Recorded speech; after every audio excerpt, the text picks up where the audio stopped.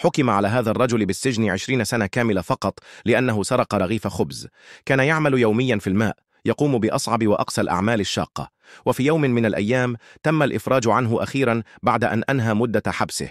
لكن مدير السجن لم يسمح له بالمغادرة، بل أعطاه مهمة شبه مستحيلة: أن يحمل سارية علم تزن مئات الكيلوغرامات بمفرده.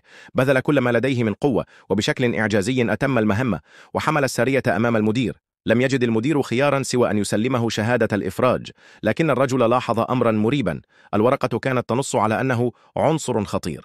ما سمي إفراجا لم يكن سوى إطلاق سراح مشروط، وعليه أن يذهب أسبوعيا لمركز الشرطة، وكأنه لم يتحرر حقا. كان اسم الرجل جاك.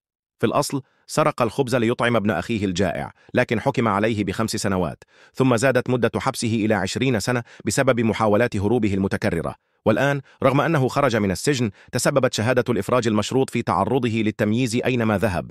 لا أحد كان يوافق على توظيفه حين يبحث عن عمل، وكان الأطفال يسخرون منه ويضايقونه ليلا في الشارع.